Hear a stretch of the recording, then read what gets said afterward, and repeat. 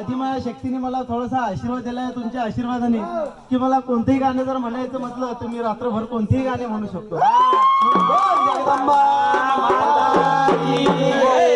आई भवानी तुझ्या कृपेने तारसी भक्ताला आगात मायमा तुझी माऊली वारी संकटाला आई कृपा करी माझ्यावरी